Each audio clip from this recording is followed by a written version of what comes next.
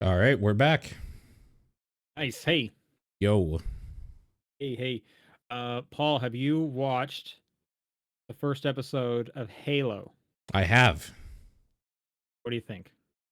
I really enjoyed about the first 20 minutes, half an hour ish of it. I There is a big problem I have with it, and it's kind of I don't like their version of Master Chief at all so far.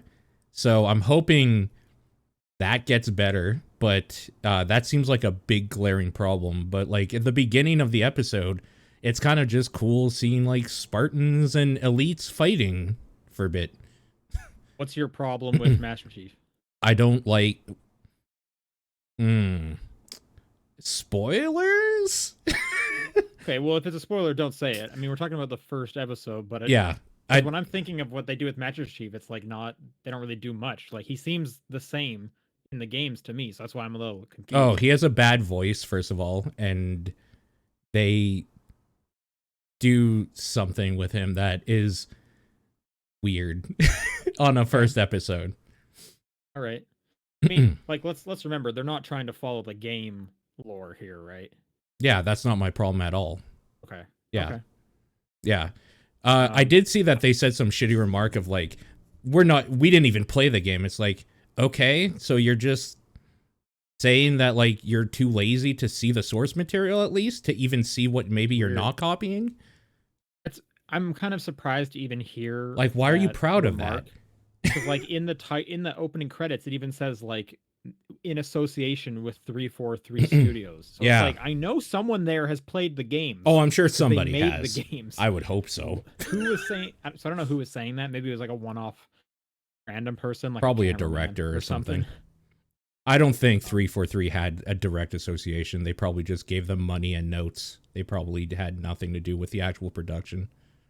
I mean, I doubt 343 paid for any of this. Yeah, Um, Microsoft definitely footed the bill uh, as they do. yeah, I mean, I would assume some of the storytellers over at 343 probably were in the writing room. Maybe I got the impression that that is not at all the case. That these writers don't give a shit about the game, and that's fine. They don't have to, but it just seems weird to even mention anything like that. So I don't know. That is It's weird. I think it's fine.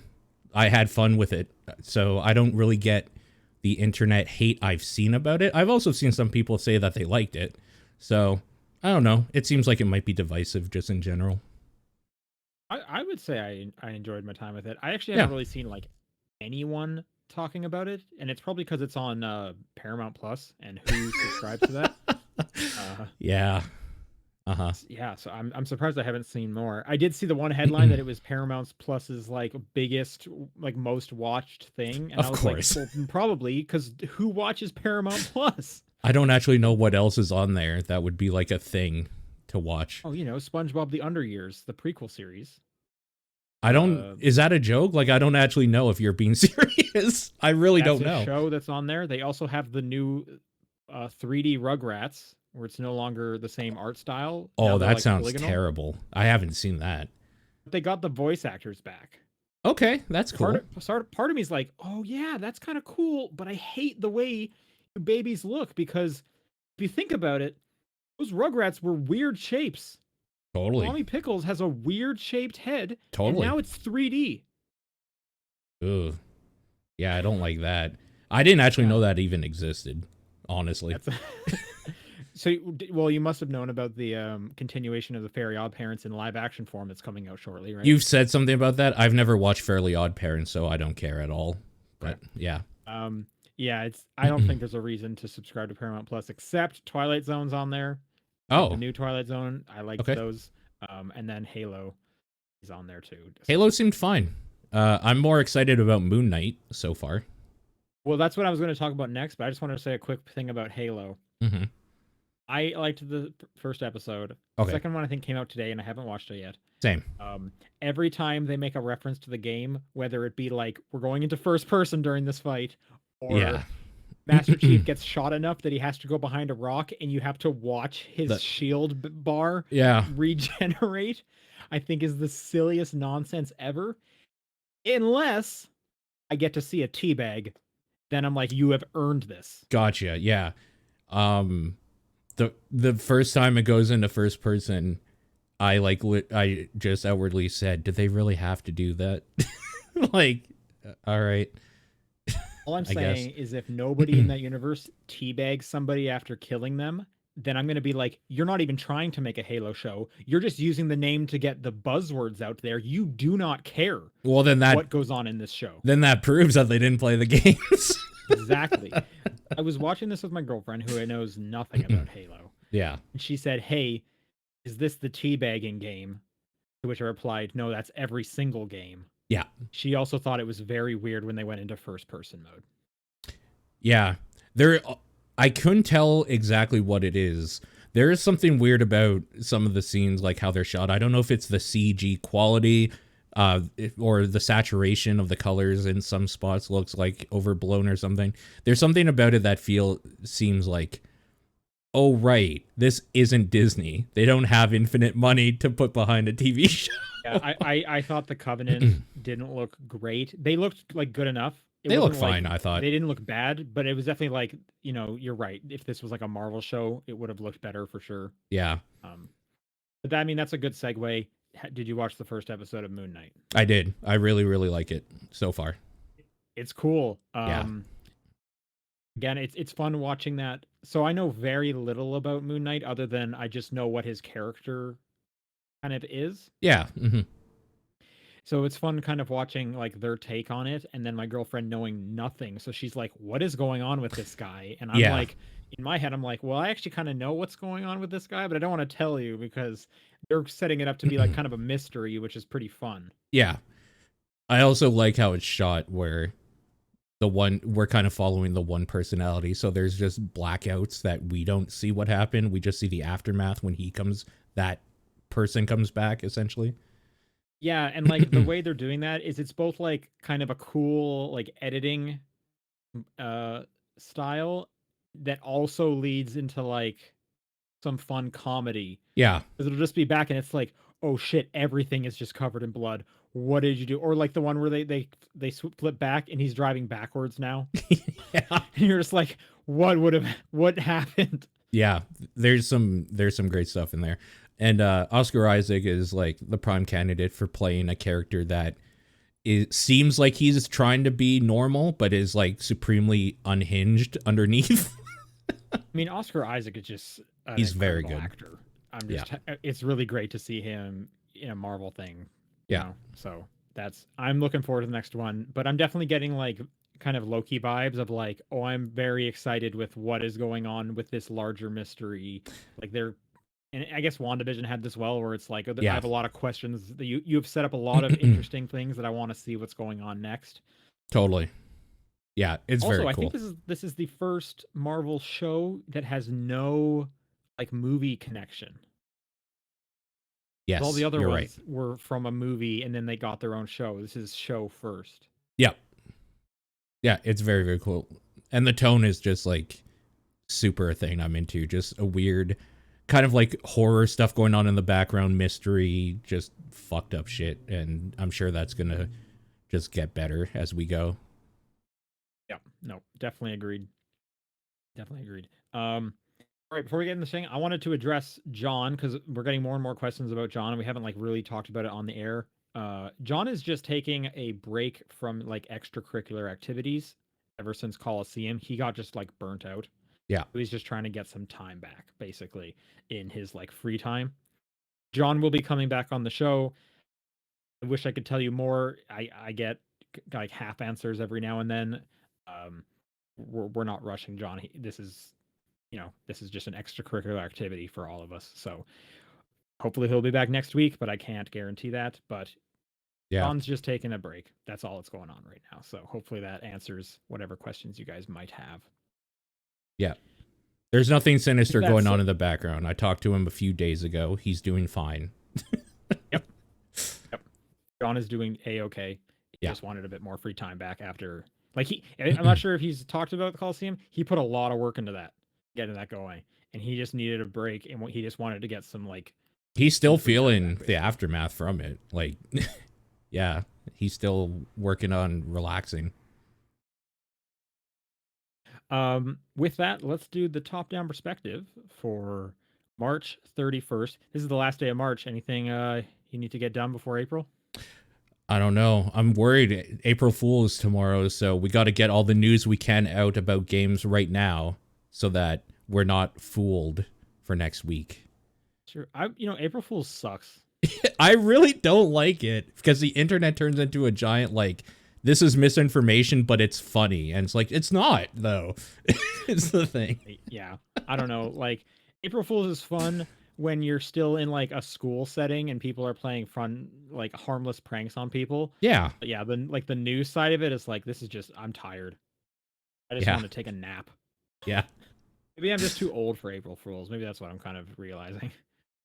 But, Yeah. but like, hey, when I lived in the dorms and for April Fools, people put a bunch of couches in the showers. Hey, that was funny. Sure. The problem with the internet, and especially like what we like to talk about with video games and movies and stuff, is that their April Fools are literally just saying like news that could be real. Yeah. Like, good one, guys. You got me by lying? Or like so outlandish that it's like, no, congrats. Yeah. Like this 3D Rugrats. I can't believe you got me with that one. I wish I got you with that one. Sorry. If I could tell you that they brought Rugrats back, honest, like with the 2D style, man, I can't. Instead, we got that's a great example of the monkey paw curling right there. Yeah, totally. And that's Paul Fleck. That's me. Yeah. Paul, what have you been playing? I played through Ghostwire Tokyo, so I wrapped that game. All right. How long did it take you? I think you could, if you just mainline the story, I think you can do it in 6 to 8 hours. I spent 19 almost exactly, and I did all the side missions as well as the main story mission. All the side missions that were like said they were like a side quest. I didn't do like all the collectibles and stuff like that. Okay. Yeah, I think I was hearing around 20 hours was the other hour count I heard. Yeah, if you just mainline the story stuff, you can be done in less than 10 easy. It's pretty short. Oh, wow. Yeah. Okay. Did you like it? Yeah. Okay. I think it's totally okay. I think it has a lot of problems with it. So, I mean, following up after Elden Ring, which is kind of exactly what I want, exploring a giant world that seemingly never ends and finding something cool everywhere, and going back to kind of a cookie-cutter video game, this is a checklist of shit to do in this area. It's hard. It's hard making that switch back. Yeah, I mean, hey, everyone's gonna have to go through the like they're done with Elden Ring and they have to continue on with their video game lives. Like, well, the thing is that Tunic was that game, and that is also a kind of big mystery where you're kind of exploring. And this is very much a driven. This isn't even really that open world because you can't go to any place in the world until you get rid of the fog that kills you. Like it's very sectioned off from you, so it's pretty linear in a lot of it too. And yeah, just seeing like a whole bunch of icons on the map and just being like, oh, this is way too much shit. And then you go into the legend and you're like, oh, okay, here we go. Turn off all phones, convenience stores, all this stuff. Oh, okay, this is a manageable map now. I mean, how do you think Horizon feels? I mean, I think Horizon is probably just a better made game overall. So the biggest problem I have with Ghostwire is that it is just inherently boring. The gameplay loop, the combat, you get all your skills. You have like 3 weapons, essentially. You have a light attack, a medium attack, and a heavy attack, essentially, with your different finger guns that you do. And you have not a crossbow, just a bow, like a bow and arrow thing. And that's it throughout the whole game. You get different like perks that increase certain things about those attacks, but they don't change fundamentally how any of those attacks work. And you are thrown into a lot of kill a bunch of dudes and then like finish this area up missions. And there's a lot of similar enemy types. It's just kind of boring, just all around. It feels like there are things that they put effort into and some cool ideas. It's cool. First of all, walking around Shibuya is awesome. That scenery is great. Going down like an alleyway and just seeing like what weird shit might be down there, or creepy ghosts and stuff like that. That stuff's cool. Then it just inevitably turns into some weird fight where you're fighting more men with umbrellas for like 10 minutes or whatever, and then you end. The side missions have cool ideas behind them of like little vignettes or stories around this haunted city or part of the city that you're trying to solve, kind of like a weird Tokyo Ghostbusters of some sort, but they don't follow through all the way either. Like there'll be a mission where you're learning about this specific demon that's doing this thing, and then you're not fighting that demon at the end. You're fighting 10 dudes with umbrellas that you've been fighting the whole game. It's kind of a letdown in that it feels like this is a product of a game that they had a bunch of ideas for. We know the creative director left a few years back after like they announced the game. I'm sure their COVID didn't help. I'm sure they had some like funding cuts or like some problems in development. This feels very much like a product of that, where they have some cool ideas set in stone already, but we have to kind of phone it in because we still need to release a product that we promised investors would be out eventually.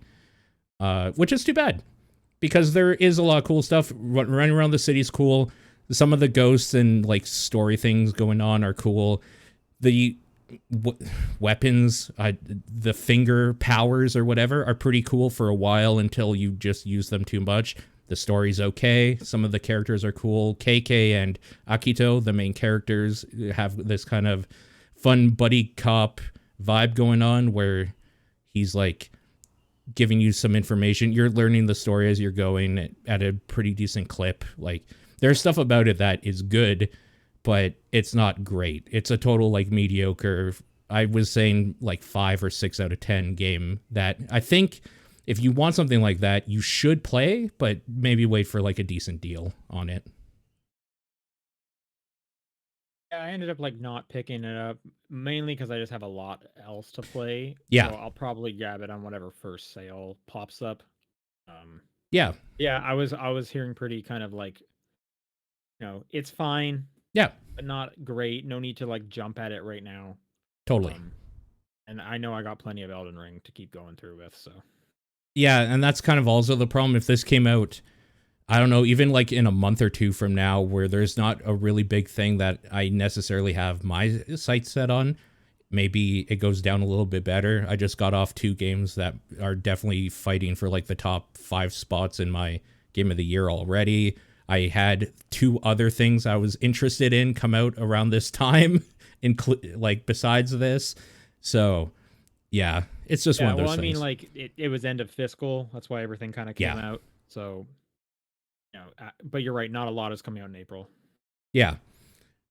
But yeah, I don't know. I feel like kind of bad because I don't mean to shit on it or anything, because it's fine. It's just, it definitely feels like there is a better product hidden in there with like another year of development and some more money or something. But you can't always get what you want. What it is, it's totally fine. Wait for a good sale. You'll probably like it at a cheaper price. That's really all I've been doing. Right on. So I've been playing Elden Ring, but Yeah, of more course. importantly, I've been playing Kirby: The Forgotten Land. Okay, I'm curious about this because this might be on my next game. Like this is on the list, but this might be next. Right. I'm enjoying it. I've only played through the first world, and I'm like in the first level of the second world. Okay. I was planning to play more of it, but then when it turned out that the co-op was something my girlfriend wanted to do, we kind of played a big long series of co-op on the weekend, and then we just didn't get back to it. Sure. Since then, I will say Kirby is like really easy. Like we're playing on like the normal difficulty, and it is still very easy. So I couldn't even imagine what the easy difficulty is. But yeah, maybe if you're a little kid or something. You find it boring easy, or like is there enough to keep you engaged that you don't notice how mind-numbingly easy it could be? I think there's enough to keep me engaged. Okay. It's Mario 3D World. It's not Mario Odyssey. I Right. think I had hoped it was going to be more like bigger environments that you're hanging out with and finding secrets and stuff. It is very linear path Okay. with, a couple like, oh, if you break this like door, you'll encounter like a sub objective you could have done. And there's, 5 objectives per level, one being like beat the stage, one being find all the hidden waddle dees, and there'll be 3 that you don't know that you just have to like come across by interacting with the environment. Okay. So you pretty much just kind of want to run through everything, attacking like everything that stands out. If you see a poster that you haven't really seen before, shoot it with a fireball and see if that's something. Gotcha. Okay. So there is somewhat of a reason to go back to these stages if you like missed some of those. And even like the first world's boss, you complete it and then it like reveals anytime you complete a stage and you haven't done all the objectives, it'll show you which ones you missed. So you can be like, oh, I'm going to go back and prioritize that. Sure. And like some of the boss ones were like, hey, you beat the boss, but can you do it in under 2 minutes? Can you do it only using sword Kirby? Stuff like that. Okay. Cool. And I'm assuming it's going to get a little more interesting in that way. There are also like challenge levels throughout the first world you Hmm. can partake. I didn't do many of them because those are strictly single player. And when I was doing a co-op session, I wasn't going Oh, to be like, hey, can you sit here for 2 minutes while I do this time attack challenge?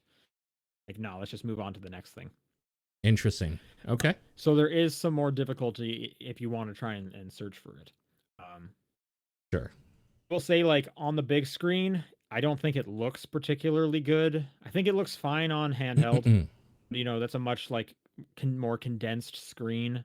It's gonna be a little lower resolution, so it's gonna run a little better. So I think it does look better handheld.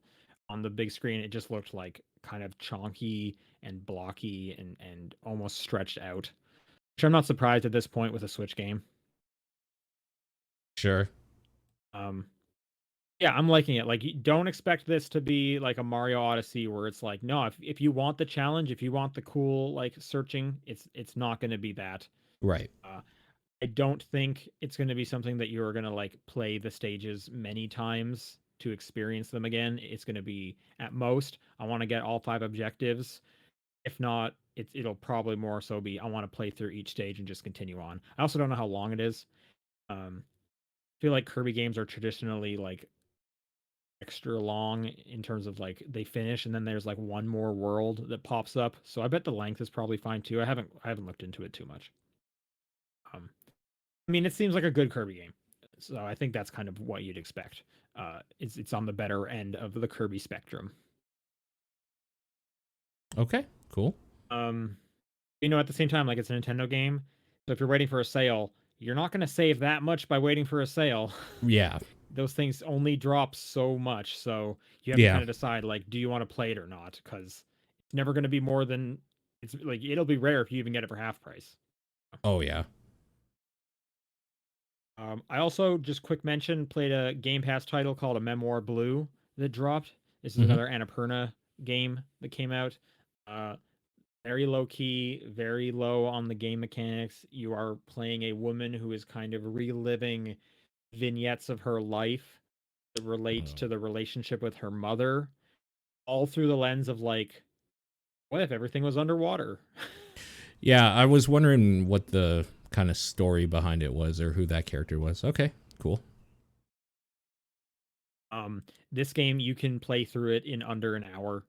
So, Oh, wow. if you like short narrative games where, you're just kind of like experiencing, it's like a short story but in game form.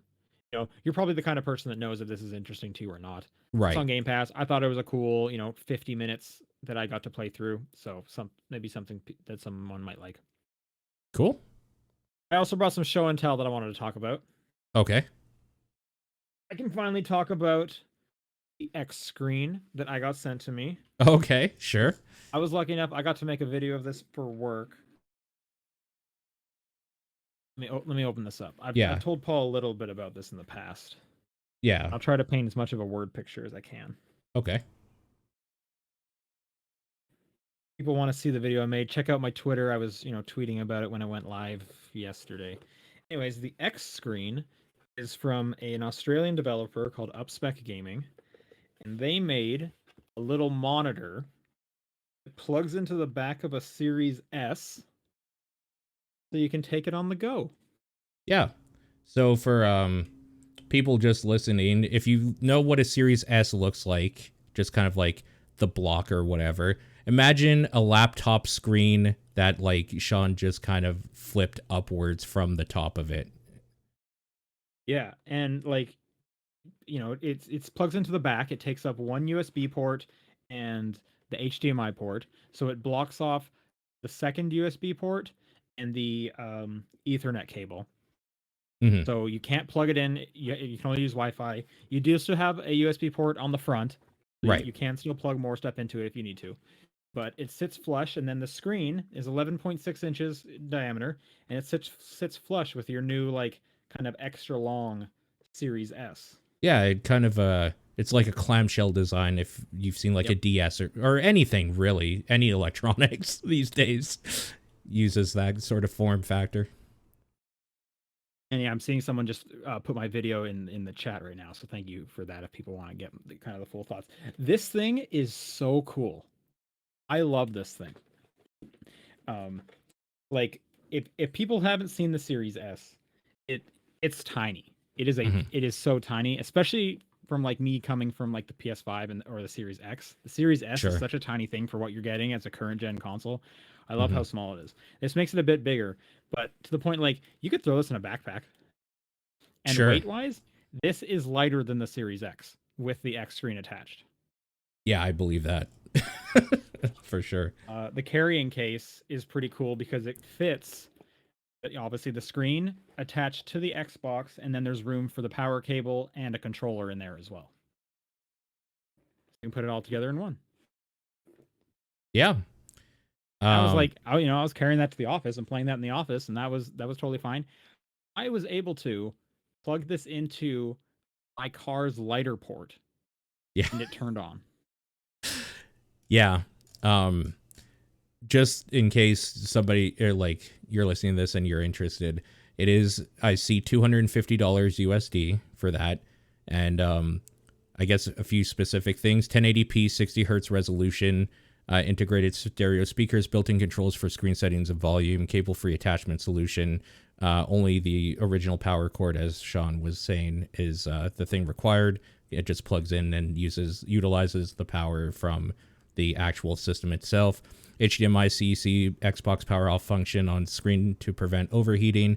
11.6-inch IPS screen. Yeah. Yeah. So you kind of touched on a few things that I should expand on for you. It does not have HDR. That would be too much of a power Of draw. They course. said. Yeah. It's a 1080p screen. You're not going to need 4K for such a small screen. Yeah. No, for sure. And yeah, so it's a small screen, and as a result, you're going to be sitting close to this. And even when I was like playing Tunic on it, and I like opened up the manuals, I had to like lean in.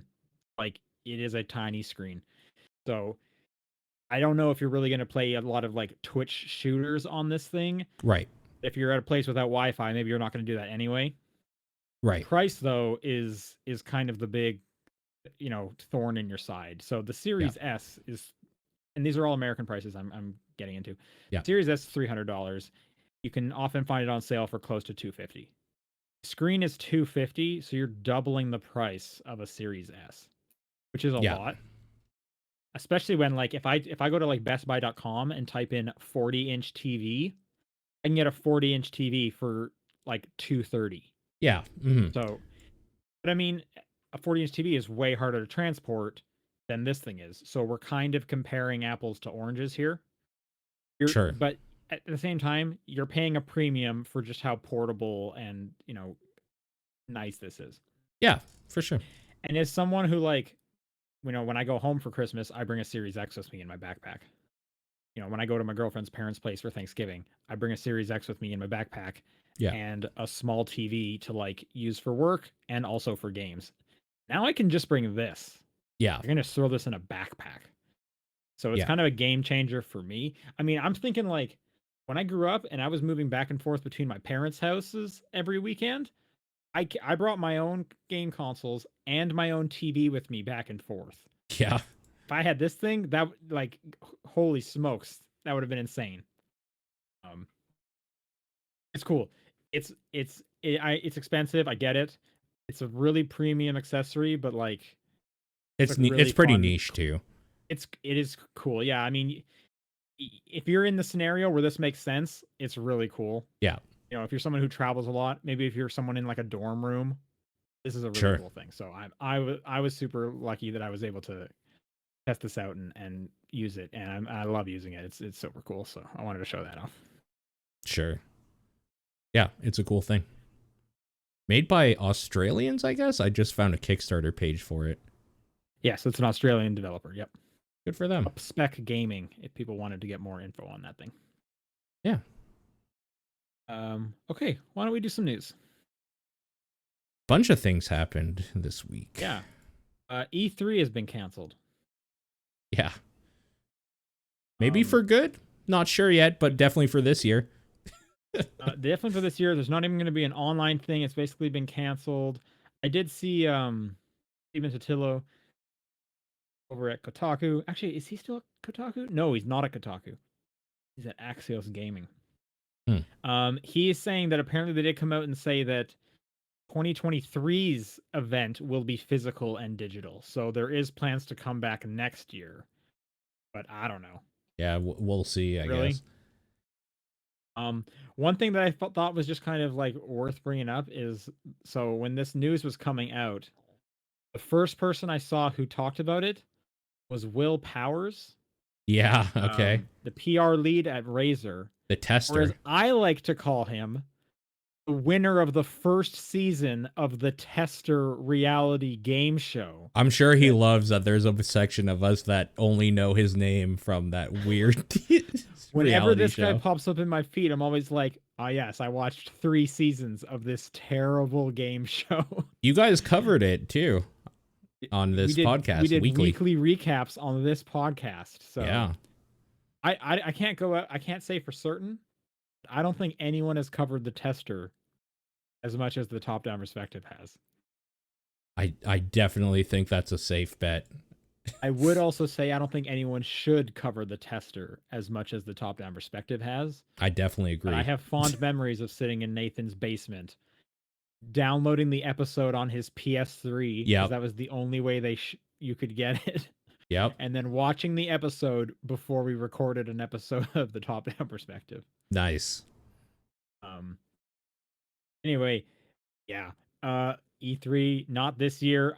It sounds, and then at the same time Jeff Keighley tweeted like Summer Game Fest. Hey, who's coming? So there will be some kind of game live streams around that time.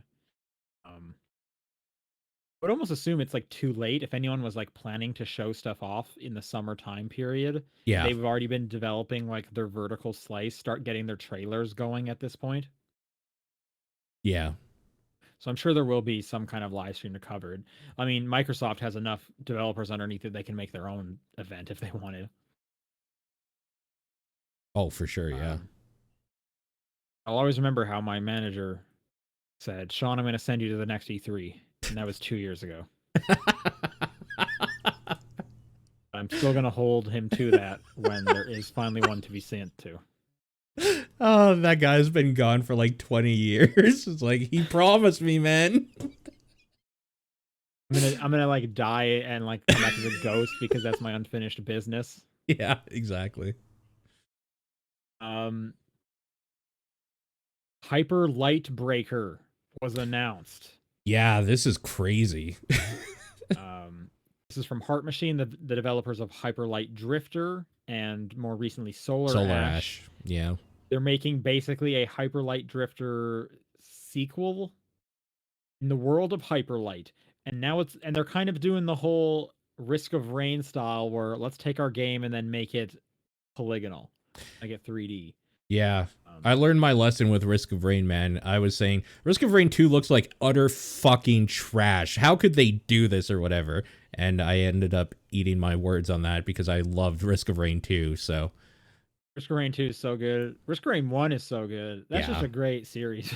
We used to do a daily, like, looking for secrets together thing. Yeah. We made up the daily challenge. That was when I first moved. Actually, that's when I was interning in San Francisco. So when I first came down here, we did that. Oh, man. Weird. But yes, this looks great. There's a trailer out, but Yeah, like even just the screenshots on Steam, like it just looks so cool. it looks Love very its good. look. Yeah. Um, Coming 2023, online co-op. Hell yeah. Yeah. Hell yeah. Um, that's pretty exciting. Yeah, that's Um, super awesome. there's a report going out. This came up on Windows Central. It has not been confirmed yet, but it's sounding like Microsoft is moving ahead with plans for an Xbox Game Pass family plan. Yeah, this kind of makes sense. Sorry, I'm looking at the thing here because I didn't get to read it at work. Is there like any details about it, or is it just in rumor phase right now?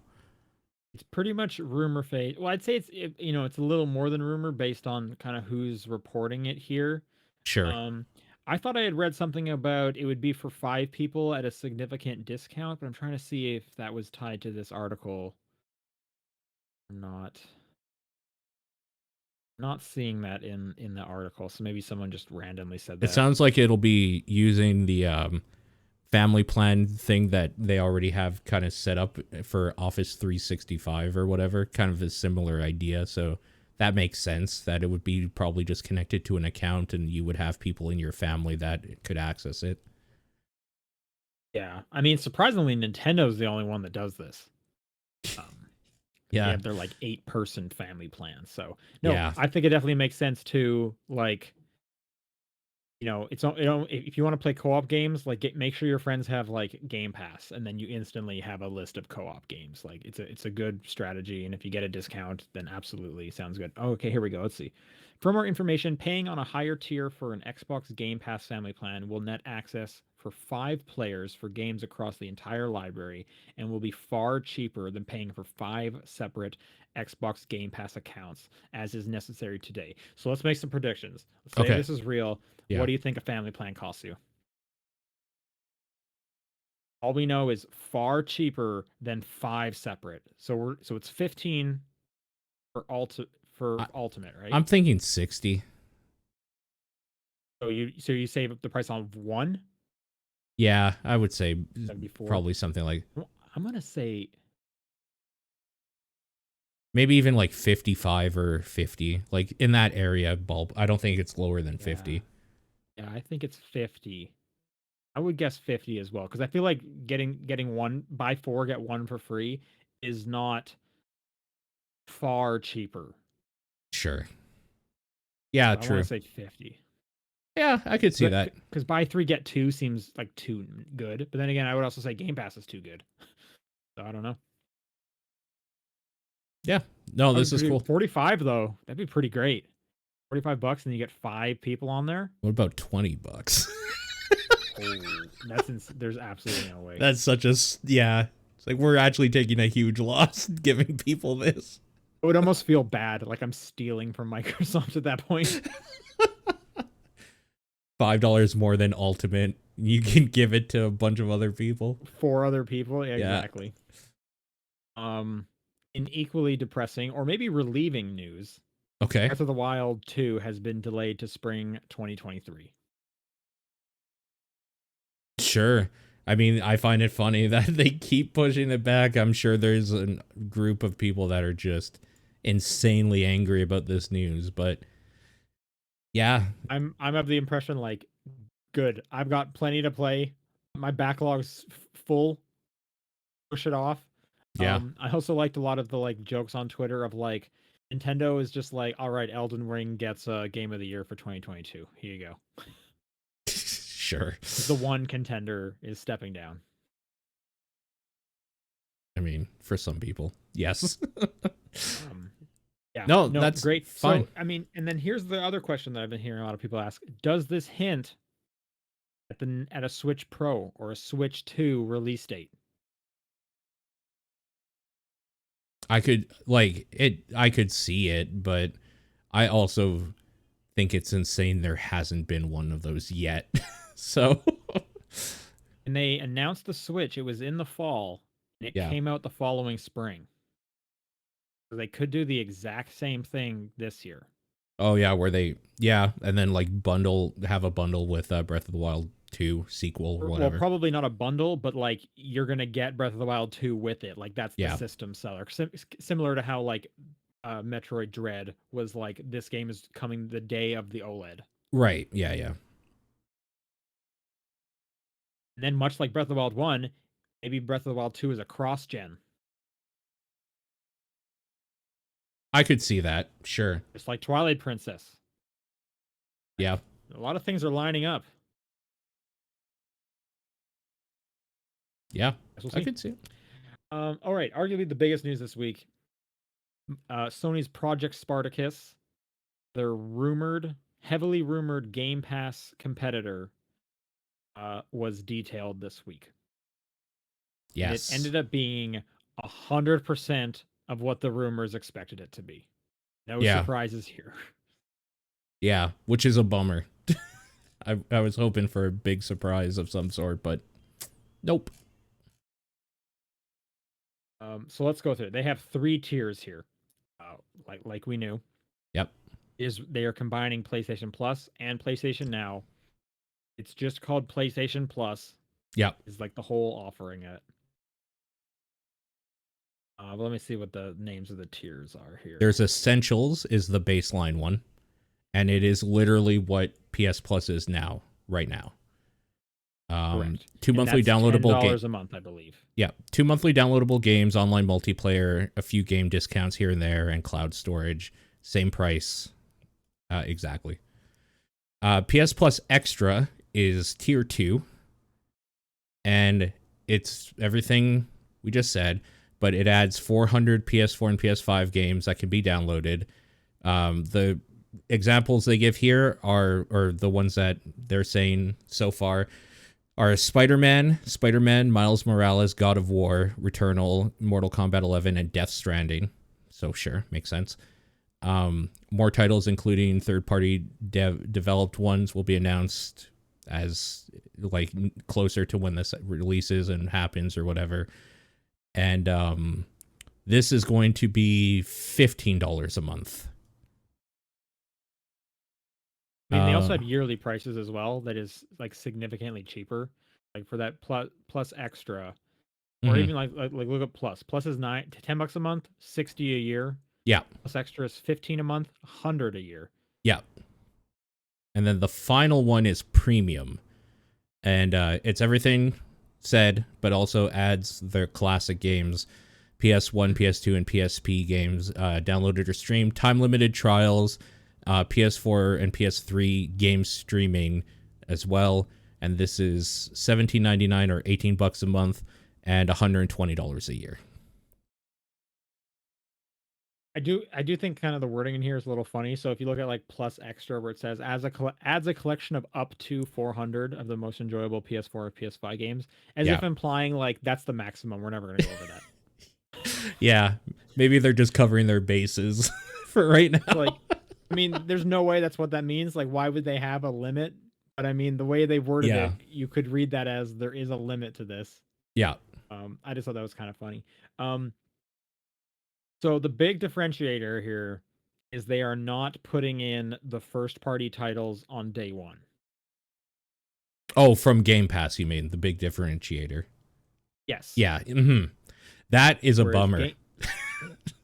Whereas Game Pass comes out and says, hey, Halo day one, Forza Horizon 5 day one, Gears of War 5 day one. PlayStation is not doing that. Jim Ryan was even quoted.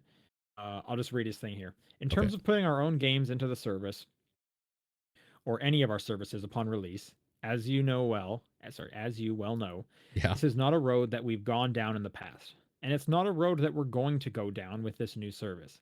We feel if we were to do that with the games we make at PlayStation Studios, that virtuous cycle will be broken. Great. The level of investment that we need to make in our studios would not be possible, and we think the knock-on effect on the quality of games that we make would not be something that gamers want. I hate this statement. Well, like it definitely implies like if we did that, the games are going to get worse. Well, what he's I hate that he says the virtuous cycle will be broken, because it's literally saying we didn't used to do this and we're not going to start now, because then we would maybe like give you more or something. Like, it's so dumb. It's like the virtuous cycle is charging us $70. Like, what? I'm not a huge fan of that virtuous cycle. Yeah. So like, I mean, there's kind of two sides to this. The one that Yeah. like is on his side is I totally get they put millions of dollars, hundreds of $1 million into their triple A games, and they do not have the deep pockets that Microsoft does. And like when it comes to Sony, PlayStation is their most profitable division. When it comes to Microsoft, Xbox is not their most profitable division, and that's why they're able to do all these loss leader plans like Game Pass or these acquisitions because they make Windows. They can play the long game like nobody else can. Yeah, totally. As a So I consumer, totally I don't understand care that about like that. Sony needs to get their like $60-$70 Yeah, out of people to continue making these games. sure. On the other side of it though, they're coming out from like from behind Yeah, with an offering that is trying to match it and is significant and is like down a peg, and they are not matching it. at all. So Yeah. to me it's like clearly Game Pass is the winner. However though, if you look at like number of people playing on these platforms, they're probably going to still be fine because if most people who have a PlayStation probably don't have an Xbox, so they're like, well, Game Pass isn't even an option for me. I'm going to get this one because look at all these games I'm getting. Sure. I mean, as a PC gamer, I couldn't give a fuck less. Like, that shit on PC. That's why I like Xbox. Totally get it. Yeah. I bet there's plenty of people out there who, and even our listeners, they probably have a Switch Yeah. and maybe a PS5. Maybe they don't have a gaming PC. Sure. If you didn't have access to Game Pass, if you know PlayStation was your primary, which a lot of people are, more than people who are primarily Xbox, right? We've seen the sales numbers. Mm-hmm. This is probably exciting for them because maybe they're finally going to get some of the excitement that we're constantly shouting about. I guess so. Yeah. The library of stuff they're offering also regularly gets refreshed, so I don't know if that means they're going to take some of that off eventually, but I'm assuming it'll be the Game Pass model of course it's going to go away eventually. Yeah, I'm assuming it's going to be very similar. I mean, this is if anything, this might make Game Pass less exciting because there's now going to be exclusives getting like caught up into PS Plus that in a world where there was no PS Plus, it would have been a Game Pass title. I mean, we'll never know how that exactly works. Yeah. But, I mean, if you're like us who kind of has access to both, it's easy to go Game Pass is like the better deal here. Yeah. Hands down. I kind of don't think this is a great deal just in general. I don't know. I don't think it's much better. It is better, obviously, than what you're getting now. I don't think it's that much better. But, yeah. I think it's hard to tell. I would have liked that if they came out with this, they had a few third-party games to like name drop to kind of get me excited. Because at the moment, the titles they are dropping, they're all old titles that I bought and played through. Like, Totally. if you look at the newest game that they're offering, it's Returnal. That's going to be more than a year old. By the way, this is launching in June. It's going to be just over a year old by the time this comes out. Yeah. So maybe that's hinting at you'll get the first party titles a year later. That's a pretty big gap, in my opinion, as someone. Totally. But I mean, if you're not someone who wants to play right away, I'm sure it'll be fine for those people. I mean, we have people who write in and tell us what they're playing on PlayStation now. So this is probably exciting for them. They're about to get a whole bunch more games, right? Sure. But yeah, I mean, it's easy to go. Game Pass is offering more value for my dollar. Yeah. Yeah, for sure. Yes, I'm very curious. Very curious to see what pops up in there, and like, I mean, I might even subscribe if there starts being like cool third party titles getting added to this. Like, I'm coming across so many cool third party titles in Game Pass. We'll see. I am interested to see because apparently, like indie devs and devs of smaller games and stuff are saying Game Pass has been phenomenal for people to just play their game and get super into it. Like, I wonder if Sony's going to have the same effect or not, depending on what deals they make, I guess. Yep. Nope. Well, time will tell for sure. Mm-hmm. All right, and then some less than stellar news. Microsoft has come out and said that, oh, stupid ad block thing. Get out of my face. What do we Can't got read here? this because I have the ad block on. So I will read you Gotcha. the article headline. Microsoft says they won't block the result of the Activision Blizzard union in regards to Raven Software. Yeah. Which is one hand, it's like, I'm glad to hear you won't block that. But they're also not saying that they will acknowledge the union. It's on Activision to acknowledge, and then they'll just follow whatever Activision does. Yeah. I wonder if they just cannot um, do anything about it yet until that goes through completely. Yeah, that's probably what it is, because they have no say over what Activision does for the next little while. Yeah. I mean, like the super good thing would be like, hey, as soon as we own you, we will acknowledge it. But no, you're probably right. They can't say. So the real question will come down to what happens once they purchase them. Um, Yeah. Activision seems to have not planning to acknowledge the union. So we'll have to see if they just continue doing whatever that says or if they do their own thing. But Yeah. and then less stellar news, even further less stellar news. Phenomena, the developers behind Watum, Oh, right. Yeah. a couple weeks ago came out with stories that it less than stellar, that the studio head was belittling and awful to work at. The head there, Robin, I'm gonna Like Hunik or something? Nick. Yeah, Yeah. I'm I don't gonna know. kind of botch her last name. Apparently, she's kind of Um, a piece of trash. So that sucks. in a way that was either humiliating or entirely unprofessional, emotionally abusive towards employees, and regularly used personal information about them. She even Cool. went to social media to quote unquote apologize, like with the most non-apology. She started the tweet off with, leadership is a journey and often a difficult one. It's like, okay, Awesome. you I you're haven't clearly seen not. this. Oh, okay. Yeah. Um Anyways, it sounded like the studio wasn't doing great. People were getting laid off.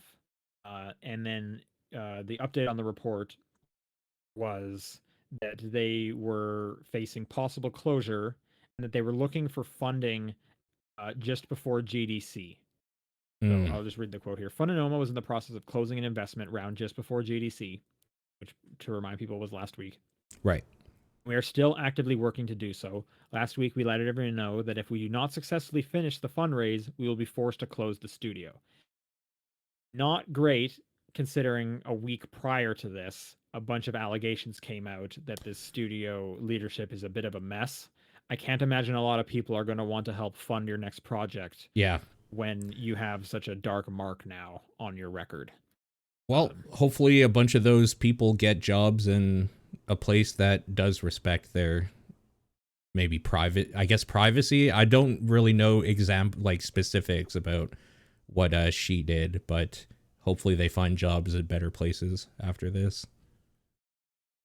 Absolutely. And just like, it's another scenario of like workplace, um, disappointing workplace allegations versus like the product they made. Like Watum, the Yeah. most like innocent, childlike game. And it's like, oh, this is made by like a shit bird. Yeah. Um, Yeah. True. Definitely reminds me of like the Ori and the Blind Forest stuff going on that we talked about a couple weeks ago. All right. With that, let's do some questions. popdownperspective@gmail.com is the email address if you want to send some questions in. You can also do it at TDP Podcast on Twitter, the Discord channel, or John's P.O. Box. I'll read this first one from Chef Le Game Boy themselves. I grew up really close to a famous burger spot. Okay, first off, I'm just going to quickly say they don't say what the burger spot is. Yeah. And unless you're like living next door, you got to say what it is. Yeah, that's true. Okay. I grew up really close to a famous local burger spot. As a family, we never got burgers from it. We got teriyaki chicken. Sure. It was really good teriyaki chicken. Yeah, of What's course. a restaurant near you or that you've heard of or visited that has a dish completely outside of the realm of the rest of the restaurant but is still good? Oh, okay. I'm trying to remember what type of restaurant or type of place it was. It wasn't like a restaurant as we know it. I think it was a bar of some sort.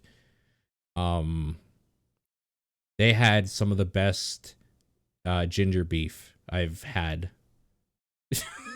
They had just Okay. really good ginger beef, and I can't remember the name of it or what it was now. I'm Hmm. trying to think. I can't think of like a lot of like restaurants I've been to where it's like we're known for this thing, and then I ordered something else because I'm typically going there and I'm ordering like the The thing they're thing. known for. Yeah. Like unless it's a place that's like I go here so much, I need to try something else. Like I have the Sure. opportunity to not get like the big one. The one thing that kind of comes to mind, do you remember when McDonald's used to make grilled cheese sandwiches? No, I don't. They were like, first off, they were circular, like a puck, Okay. and they were floppy. Oh, gross. Okay. Yeah, you're not winning me over here. No, I'm not trying to win you Okay. over, but I'm just saying, like kid Sean would like, hell yeah, just roll that thing up into a ball and just eat it. Yeah, sure. Um, the chat they're saying Subway has pizza some locations. It's not good, but that reminded me because you brought up McDonald's. McDonald's used to have pizza when I was a kid, and I enjoyed their pizza a decent amount. I've never had McDonald's pizza. I've never had Subway's pizza. I never had Someone's also Subway's. in the chat saying it's still better than Pizza Hut. I thought Pizza was totally fine. I mean, that's like the one I grew up with as like the main go-to. Yeah, there's a pizza place nearby here that we get called 4th Street. Their pizza's very, very good. But also sometimes we get their lasagna, which is kind of weird from a pizza place. Like, it's not like an Italian place, it's a pizza shop, but they also do Okay. lasagnas. So, Okay, I was about to say like, no, that's not that weird. Italian like that's yeah, fine. But if it's just like if Pizza Hut was serving lasagna, I'd be like, huh, okay. sure, yeah. They to be fair though, like it's close enough. You're just Yeah, it swapping is. out the bread for noodles for Yeah, flat noodles, which is kind of like bread. Like yeah, I don't think it's that weird. yeah, it's close. Yeah, I can't think of any other. Have you ever had like spaghetti or a pasta at like a place that is like this is like a side thing you can get?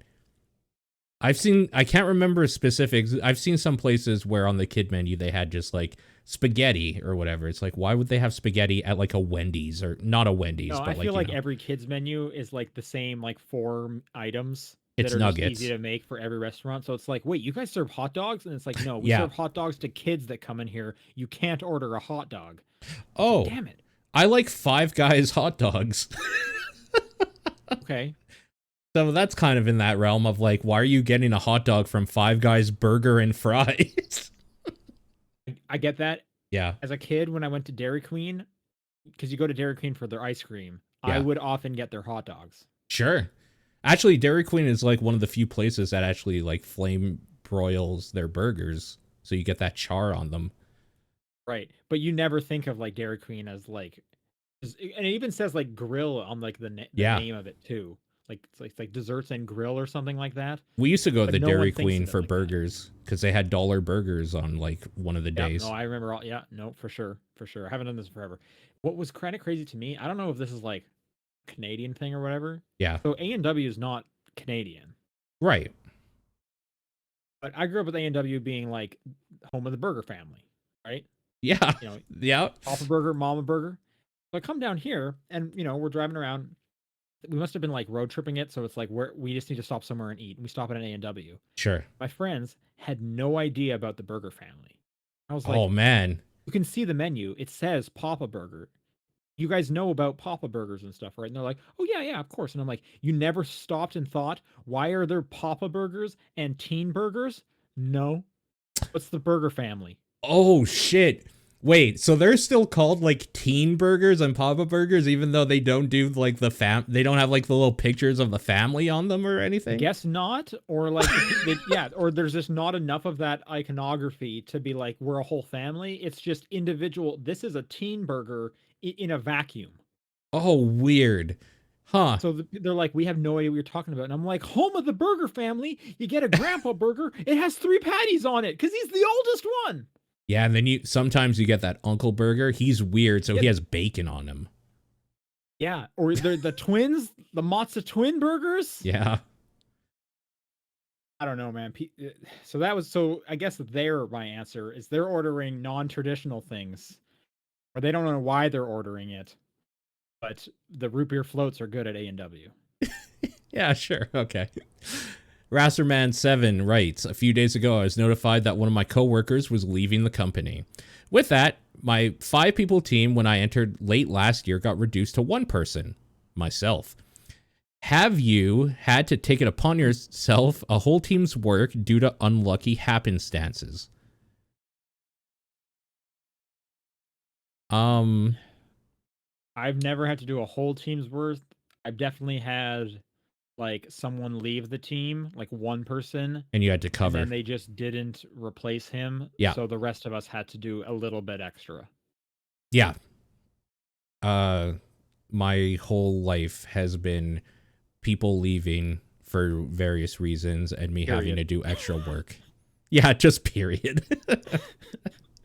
So yes. That sucks. If that was happening to me, I would start to wonder, why is everyone leaving? Should I also be leaving?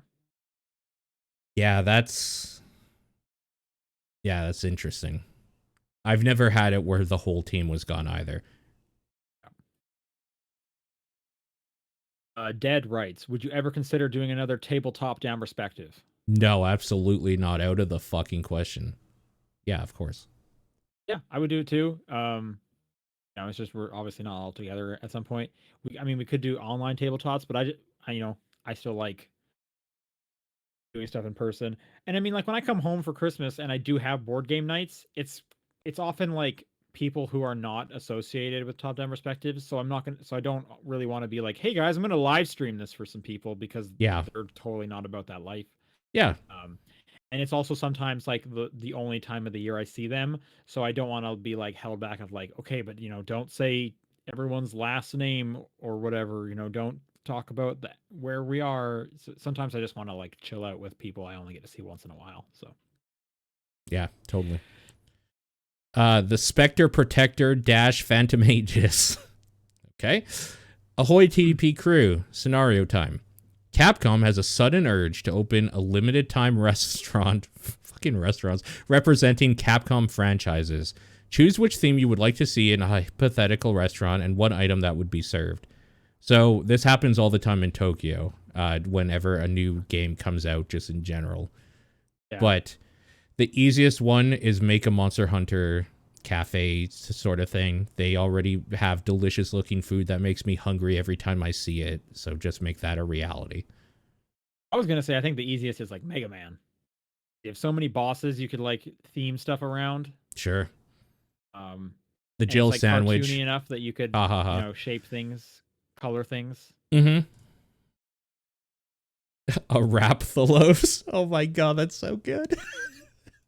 Yeah, you definitely just do a Monster Hunter thing. Super easy. VGC Kenny says, you keep talking about wanting a Switch Pro, but would you rather a Switch Pro this holiday season and the successor to the Switch in 2027, or no Switch Pro, but the successor to the Switch comes in 2024? I mean, the Switch is like my tertiary thing, so I don't care. I would say, like, I want the better thing in 3 years rather than a half grade at the end of the year. So you would take the successor in 2024? Whatever the better one is, the successor in 2027, I guess. Well, sorry, the successor is going to come either in 2024 oh, I see. or 2027. Yeah, 2024. So do you want the half step? No, I don't want the half step, I guess is the thing. This is hard for me because, like, I definitely want the successor sooner, but I'm also really itching for, like, an upgrade to the Switch, because every time I play it, I'm just kind of bummed out. Yeah, this is actually would be an interesting one for John, too, because you two actually play the Switch more than once a year. I think I might still say the successor sooner. Yeah. Because it would be a bigger jump sooner than later. It would also save me money because then I don't have to buy two things. Sure. But I think Makes I'm sense. with you. Successor in 2024. Just get No that shit announcement. out, man. Just get it out. Final Insanity. I recently had a conversation where someone said Chrono Trigger had aged poorly. This struck me as really odd, considering that, regardless of my own opinion, most conversations I see around the game is on how well it's aged. This got me wondering, what exactly is it about games that causes them to be seen as having aged poorly or aged well? How much does the perception have to do with the actual quality of the game? Does it have more to do with not matching up with standards and design philosophies of modern games? So, okay, the one that we could just get out of the way right away, something that has not aged or has aged poorly can just be something that uses maybe some slurs or wording that is no longer acceptable. So let's get that one just out of the way. That's an easy layup answer. Sure. Okay, mechanically and stuff though, which is what this question is really about.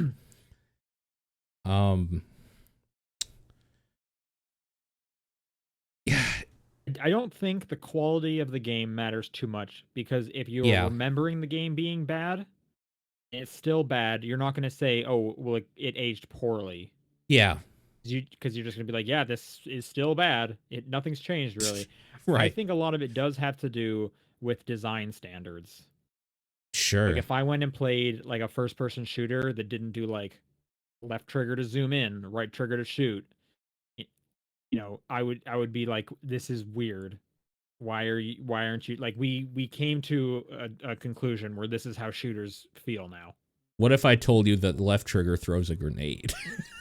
Yeah, like no. What are you doing? Exactly. Like old style. There's a reason Halo switched and got in line with everyone else. Yeah. Yeah, I So mean, I think I that's the agree. main part.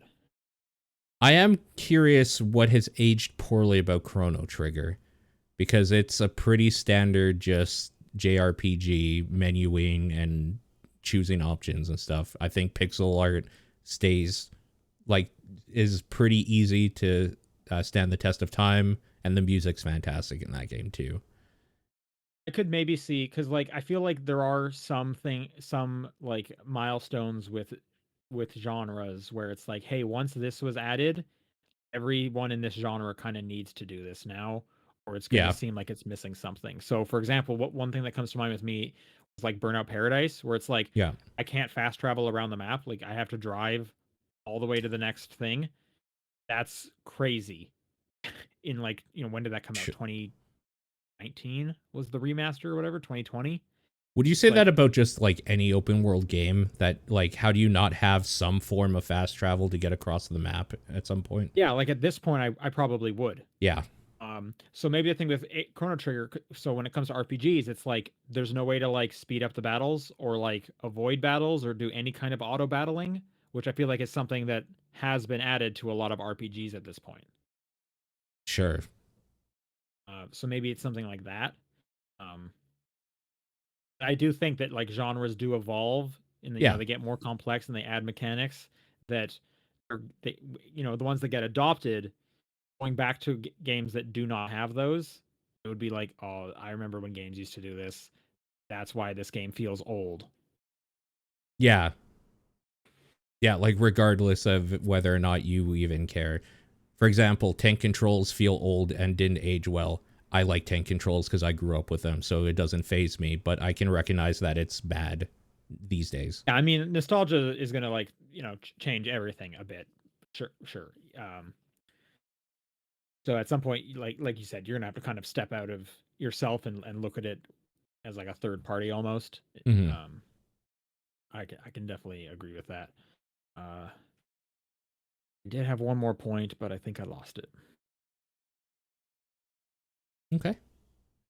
Suka writes, every day we feel the passage of time. Companies go out of business. Games, even good games, get lost to time. With the licenses of many games in limbo, little to no chance at a re-release. What should be done? What can be done? Oh, archive.org has a bunch of like depositories of people that have ripped old games, shareware, freeware. maybe some piracy even, and like if you're looking for a game that cannot be found, maybe just check there first. Otherwise, the answer is emulation is what keeps this stuff going. Yeah, I mean, I wish emulation was more widespread from like a production level of like we want to ensure this is going to last. Um, it really just doesn't happen because a lot of developers don't see a lot of value in like, well, people are going to want to play this 15 years from now, and us keeping the servers up for it or whatever, we're not going to make that money back. So it becomes a hard ask. It's hard for online stuff for sure. It's a huge task to do. I mean, and it's also weird because like when if you try to, games are so unique compared to any other medium that's trying to be archived. Like if you talk about movies, it's like once we're able to make the movie digital, we'll have access to it forever. Yeah. You no longer need to like get out a VCR or whatever. It's like we have the file, you can watch it forever. It's fine. Yeah. Like games, some require servers. Games go through patches, so there's different versions. Should we be archiving every single version? I Yes, mean, absolutely. yes, technically, but Yeah. that's also crazy to think about. Like they're so unique in that way. Even books, like books will have like reprints that might alter things a little bit. Yeah. Um, Those original printings are worth a huge money if you have them too, to collectors. sure, but I mean, Yeah. again, like once you like make a digital version of it, you're fine forever. It's Yeah. saved. Mm-hmm. Um, so games are just such a massive undertaking. That's developers don't want to go through that because the return on the thing is so small. Like Yeah. no one's going out there saying like, yeah, I would like to pay $60 for your game, but I want the 2 patches ago version. Like no one's really asking for that. At least not from like a major like widespread standpoint. So Yeah. why would they maintain that, right? Like That's why the like people that rip that stuff and upload them to just giant databases and stuff like that are the real heroes in that movement. I do wish there was like a centralized, maybe official, like I don't know, company or group of people that did that. Like everything that goes gold, if that gets printed on a disc, goes through them and they download every patch into a thing or something. Like I wish there was better archiving of that stuff that is required, but I think people just in general, fans of stuff, have been doing a pretty good job so far. There are definitely blind spots, but yeah. well, and it's also hard because like so many of the games are made in different ways. Yeah. So they have and they're on different hardware. So it's like even look at like the PlayStation Plus thing. You can only stream PS3 games, and the joke going around Twitter is like because Sony doesn't even know how the PS3 worked, so they can't get the emulation going. It's Um, unfortunately true though. so and each of these platforms plays the games differently and whatnot. It's not the same as like the movie plays the DVD player plays the movie. Windows Media Player plays the movie. Yeah, Done. We have figured out how to play the movie. So yeah, it's very complicated. for sure. Arctic Scarab. A lot of the discussions around new PlayStation services lack of free day one first party releases as Microsoft currently does on Game Pass. I was wondering though, did Microsoft basically pull an Amazon / Walmart practice? Example, offer your products at such low prices that even though you lose money on them, the amount of people you get somehow evens that out and other stores can't compete on that scale for lack of profit margin / wealth. What are your opinions on that? Yeah, absolutely. The Microsoft has money, they're going to utilize it. Yeah, I think so too. I mean, this is basically like what Netflix did at the very beginning is they made a service to the point where it's like almost everyone has Netflix as like a baseline. Of course I subscribe to Netflix. Yeah, And then the other ones they like pick and choose theirs. I bet that's what's going to kind of happen with Game Pass. It's going to be kind of like, oh, well, of course I have Game Pass, and then maybe I also subscribe to Stadia or sure. yada yada. You have your like choice ones that are specific to maybe your thing. I also have the Nintendo Online service because I want the Nintendo one as well. Or I have Epic Game Store might as well be one because I got a free game every week. Oh, sure. Yeah. So yeah, I mean they're just kind of like the first one that hit big. So it's pretty much like Netflix and much like Netflix. Netflix is like they've raised their price, but at the time it was like $8 a month. This is too good to be true. This has the entirety of X show I love, done. Fantastic. Yeah. I think I heard Crunchyroll is kind of in a similar thing where they just did another they acquired something else. I don't know specifics about anime and like that sort of thing, but a whole bunch of stuff they were missing they now have or will have, so they're getting too big to fail at this point as well. I think Crunchyroll and Funimation just merged. Oh, is that what it is? Yeah, okay. Yeah. Yeah, And that's that was like huge. those were like the two biggest ones. So Yeah. they have like everything now.